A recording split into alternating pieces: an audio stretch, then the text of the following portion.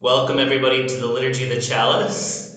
Today we continue our discussions of the Gospel of Mark. This is part 23 of a series. We're getting towards the end of the Gospel of Mark here.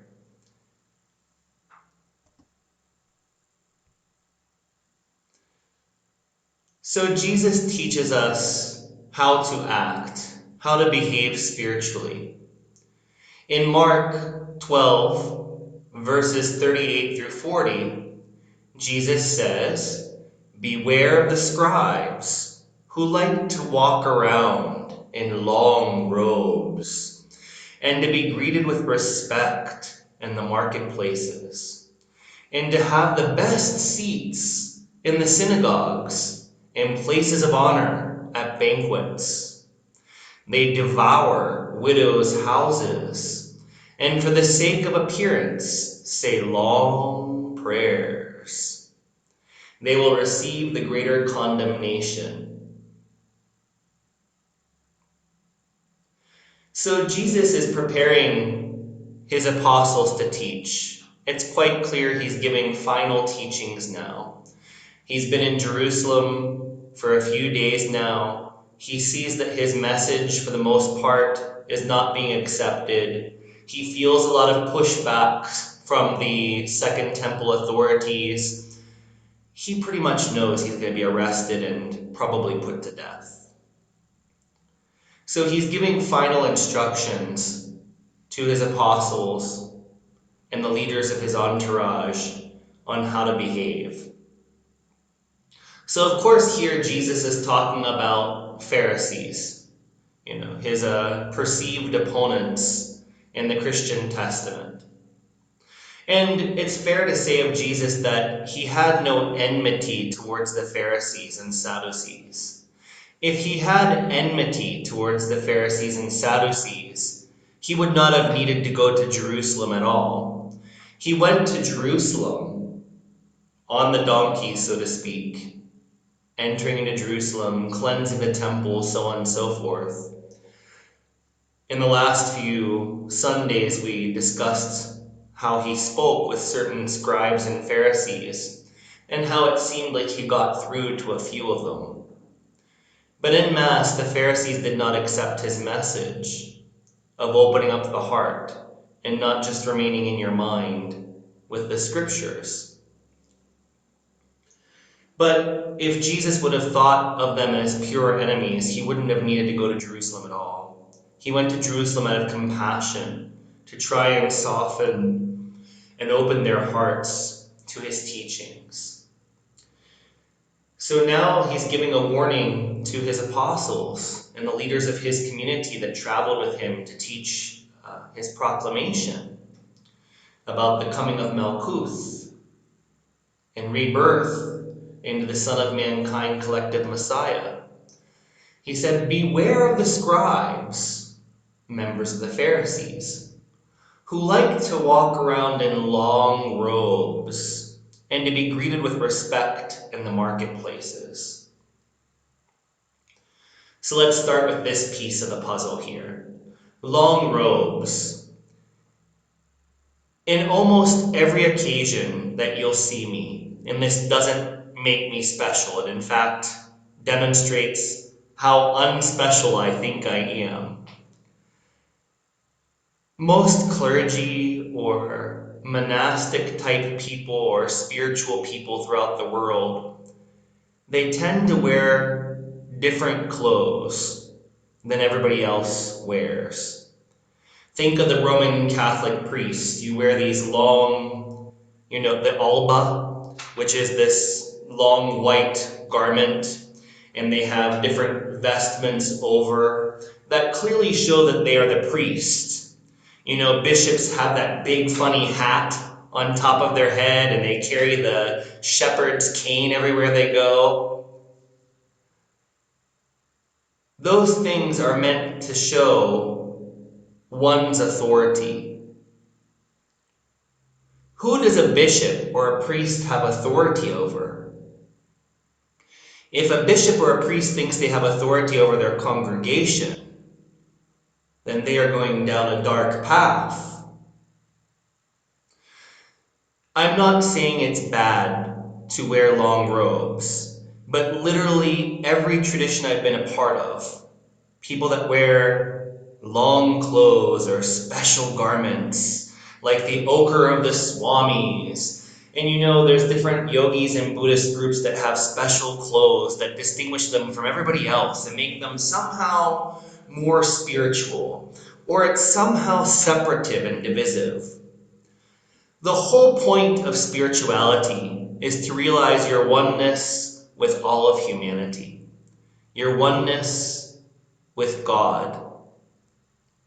It's not to create divisions, it's to create harmony, balance, reunification.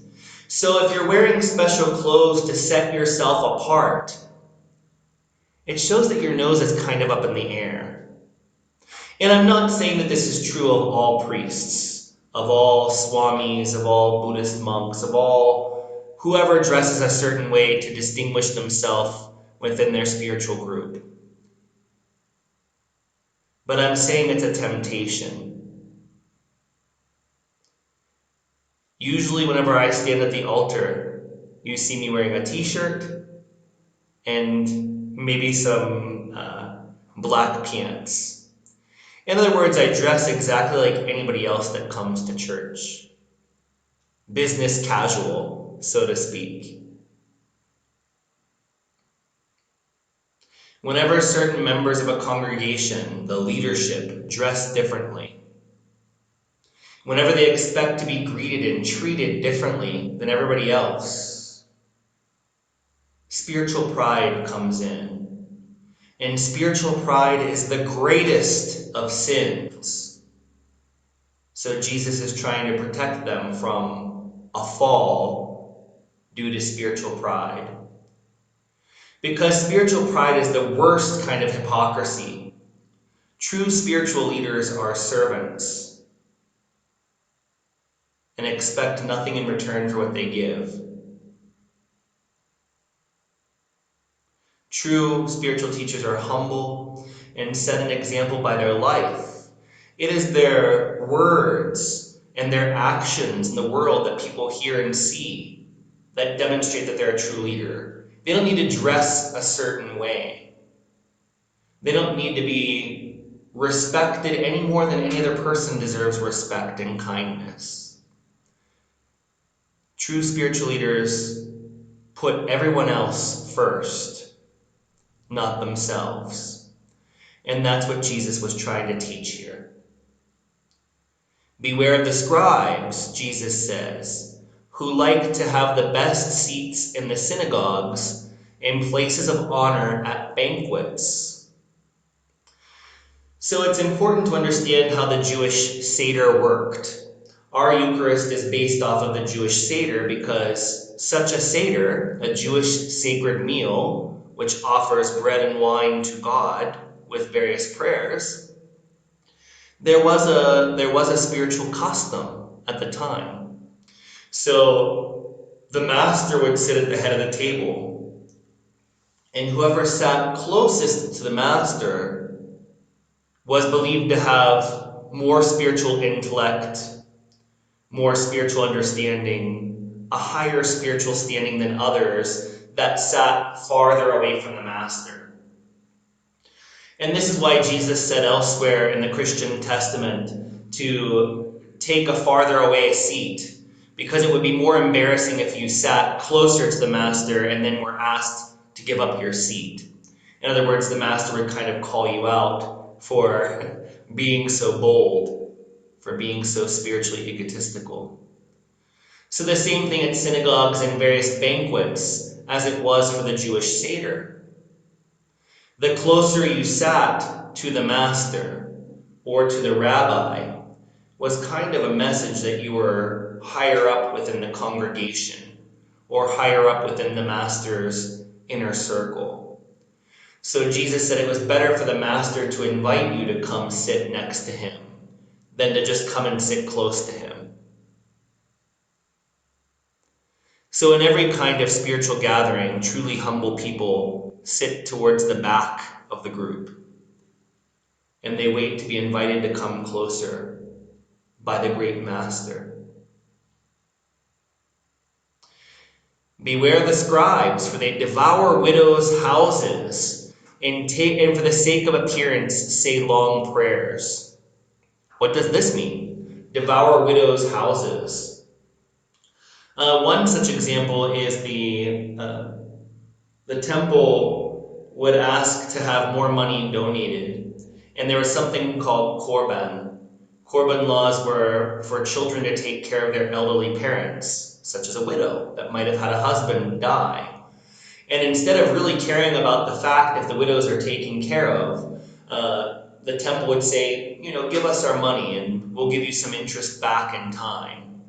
So instead of using korban money, which is used to take care of your elderly parents or perhaps your widowed mother, the temple would take that money and use it for whatever it was using it for, and it would create interest to give back to the person that misappropriated money for their parents.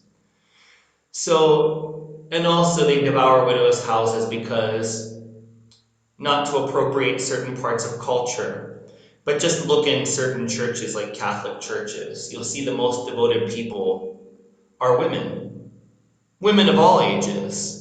But it's in particular when women get older that they start thinking, they have a little bit more freedom with their money, right? They might not be raising small children. Maybe the mortgage is paid for. They might have a little bit of free money hanging around. And those type of people often give extra money to a temple or a church.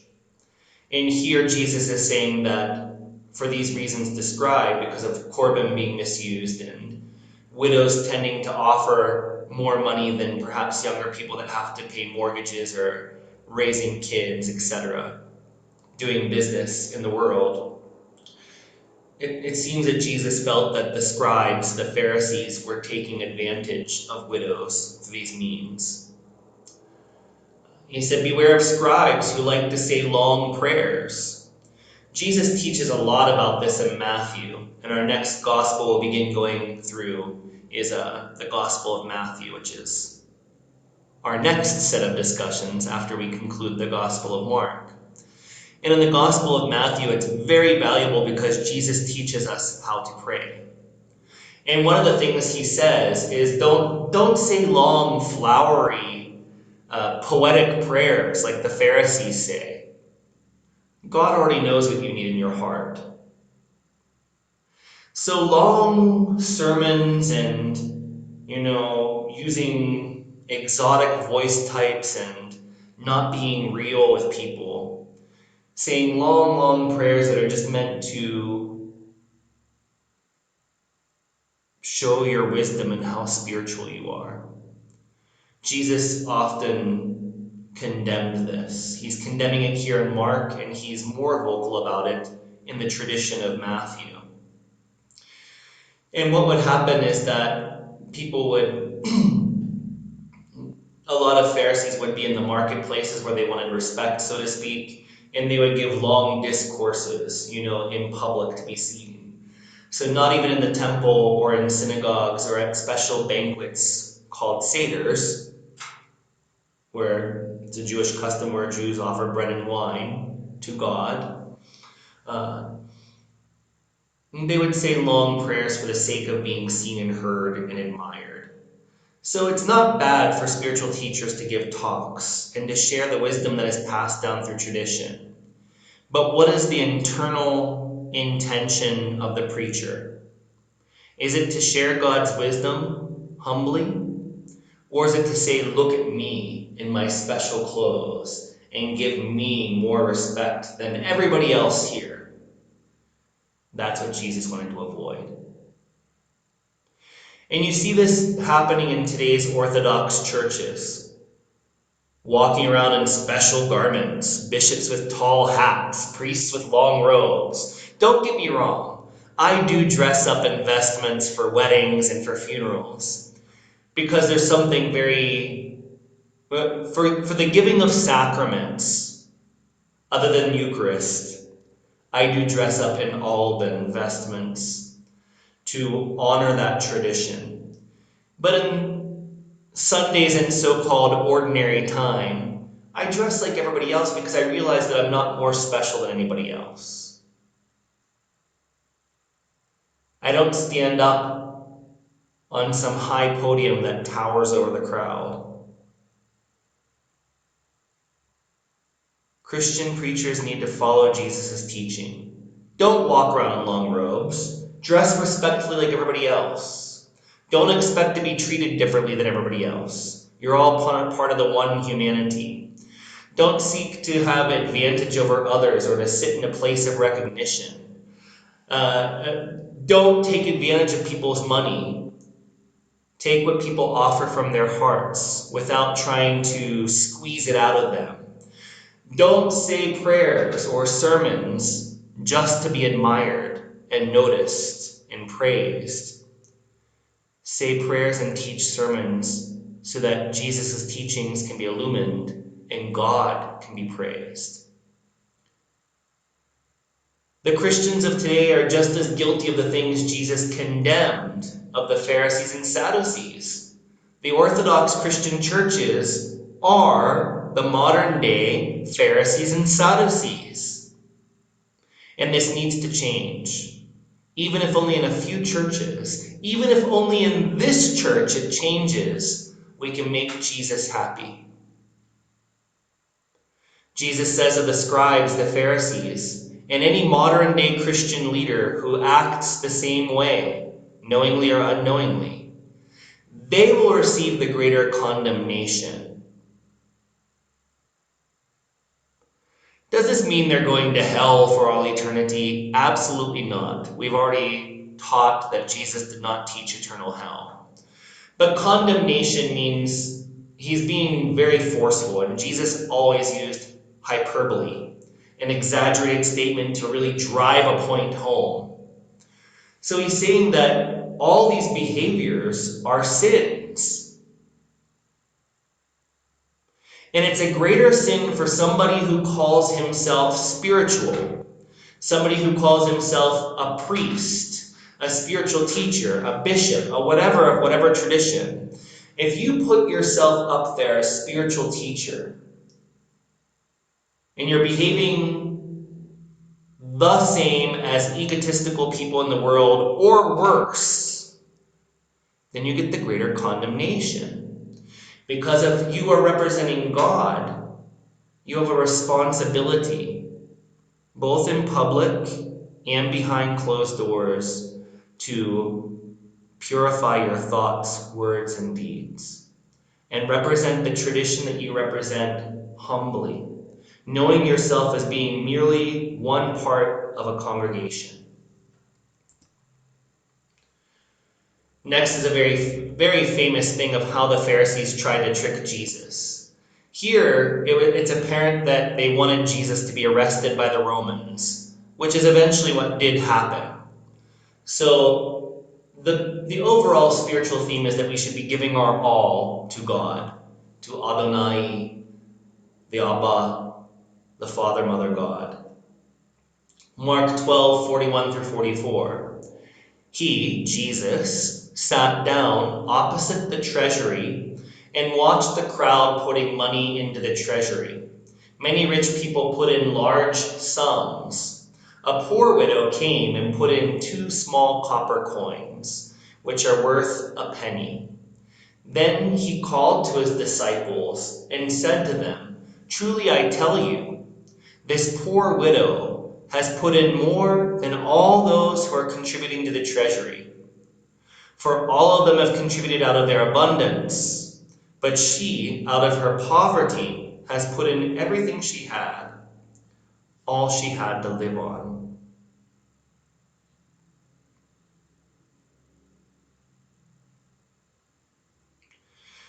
So, if you remember going back a few weeks, we talked about the idea of Jesus saying, "Give to God what's God and give to Caesar what's Caesar's," right? And that's where the Pharisees were trying to entrap Jesus into saying you shouldn't give taxes to the Caesar, to the Roman emperor. You should only give to the second temple, which is giving to God, to Adonai, right? So they wanted him to say, don't give taxes to the emperor. Because you give You tithe or you give taxes to your king, to your emperor. And the Jewish people did not accept an earthly king. They said that God was king of all kings, and some of our money should go towards what benefits the interests and the propagation of Jewish law, the Torah. But here, they were hoping in that instance with money, because this again is about money and giving our all. He was saying, give to God what is God and give to Caesar what is Caesar's. But they're trying to have him say, they're trying to have a revolt happen against Jesus to turn his followers away from him. Because if Jesus just said, don't give to Caesar, then all the Jewish Second Temple had to do would be to tell the Romans, oh, he's saying not to pay your taxes. And they would arrest and imprison Jesus for that. Probably torture and kill him too. If Jesus said to the Jews in Mass, just give Caesar what's Caesar's, the Jewish people could have turned away from Jesus also because they actually really hated being taxed and oppressed and occupied by the Roman Empire. They detested it. Even though they were given license to practice their religion within their land, they were still highly oppressed and heavily taxed.